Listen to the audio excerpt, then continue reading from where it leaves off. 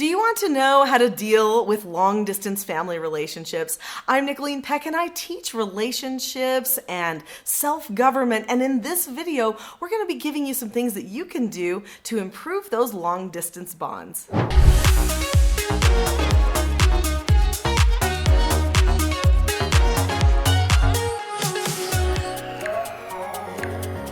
In this video, I'm going to share with you 3 things that you can do to improve those long-distance relationships, and be sure to stay tuned for the last one because I think it might surprise you. The first thing that you can do is make sure that you plan contact times. So when a family is close together, they plan things that they're going to be doing together, or they plan times to have contact. So maybe they would have a plan to have a meal around a table, or maybe if all of your children are grown, then you would be planning, oh, we're going to have, the first Saturday of every month, we're going to have a brunch, or the first Sunday of every month, we're going to have a family dinner, or something like that. But when someone is far away, long distance, then they're not able to come to some of those things that you might be doing with other members of the family. So what you need to do is in your mind, prepare, well, when am I going to have regular contact with that person? Now, there are some people who are just gifted at remembering to contact every person they know all the time. I am not that person. Okay, so what I have to do, because I get caught up in the day-to-day things of life, is I have to make sure that I actually jot myself down a note. Something that says, okay, every Sunday afternoon at about 3 p.m., call your son or FaceTime your son, So my son lived far from home for multiple years, and I've had children go off to lots of different states and places for college, and so I have to plan when to reach out to them. The cool thing is I started noticing that they seem to be planning to reach out to me too, and we didn't always have the same times that we would reach out to each other, so sometimes instead of that once a week, it would be like twice a week. In fact, for many of my children at college, they wanted to contact me like every other day, just to kind of tell me what's going on. Because that's what you miss when you don't have family nearby. You don't have that person to just tell, this is what happened, da, da, da, da. And so if you can keep some of that stuff going on, and you can tell each other just the day-to-day things, it keeps you feeling closer to each other, even though you might be further apart. So plan those connection times, and you will probably create a habit that lasts for a long time. Number 2, tell more. So often we're like, okay, I'm just going to call them. I need to have contact. And then we sit there kind of passively waiting for the other person to tell us stuff. But we need to tell more about what's going on. We've got to open up, share our feelings about things, and try to take our conversations to a new level of connection. We need to share our hopes and our dreams and our goals, and we need to have the time to plan together as family members for who we want to be, even though we're far apart. So I had a family member that I was kind of estranged from for a while. She didn't live near me, and we just kind of had drifted apart. Loved this person to death, but we had a history of not really talking with each other that much. So I decided I wanted to improve the relationship, and so I started reaching out to her. So there were texts and things that happened, but they were just kind of surface like, hey, how are you? I'm thinking of you. Oh, good. Everything's fine. How about you? Okay, great. That's really surface level. So there's 4 different levels of communication, and we need to remember that. So first level is the pleasantries. How you doing? What's going on? That kind of stuff. The second level of communication is stating the facts, like, oh, I did this, or my child did this, or I got a new job, or whatever. That's stating the facts. Kind of still surface level, but going a little bit deeper. Then comes the feelings. I really felt this, oh, at that election that just happened, this thing occurred. Fact, I felt this. So now we're at level 3 in communication, okay? Level 4, which is the deepest level of communication, is where you talk about your needs.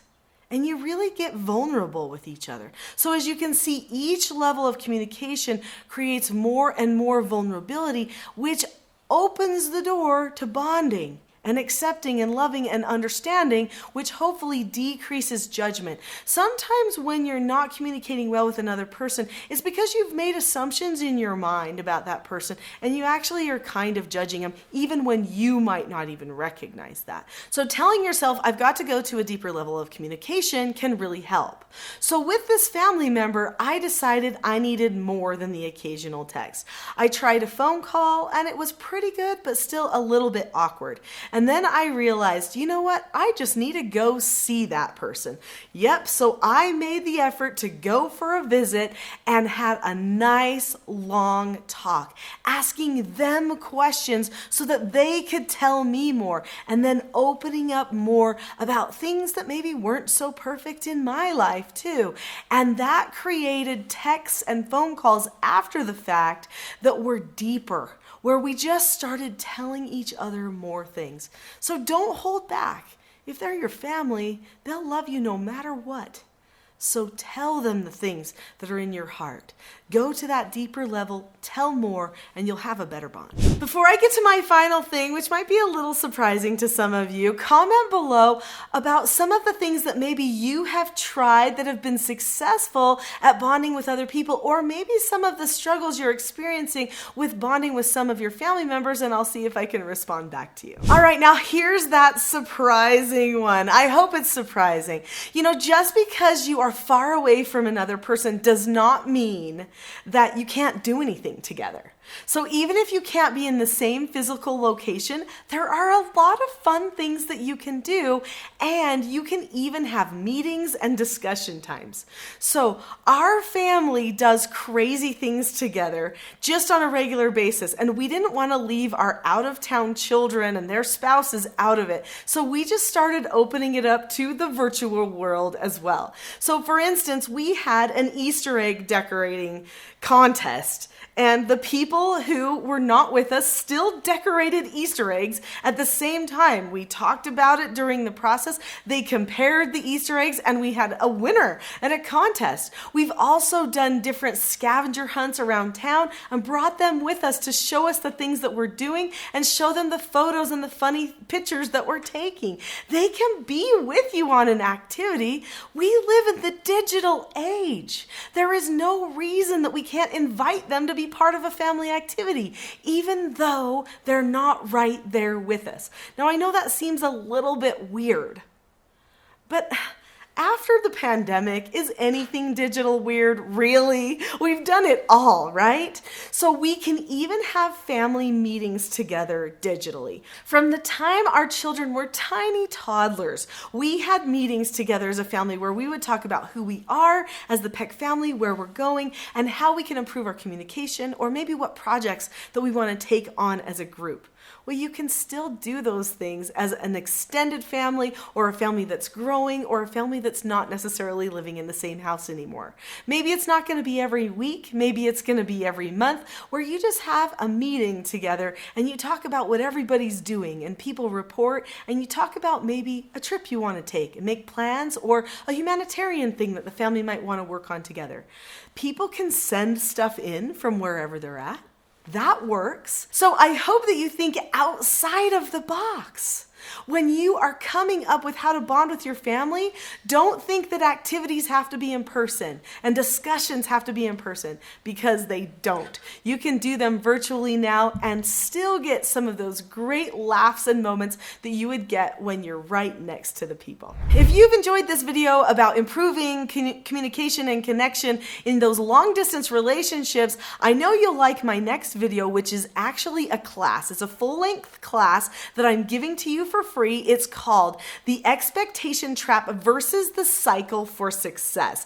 This class will help you improve your bonds and connections with other people, decrease disappointments, and make that communication more unifying. So definitely click on the link to that video now, The Expectation Trap versus the Cycle for Success, and I will see you there.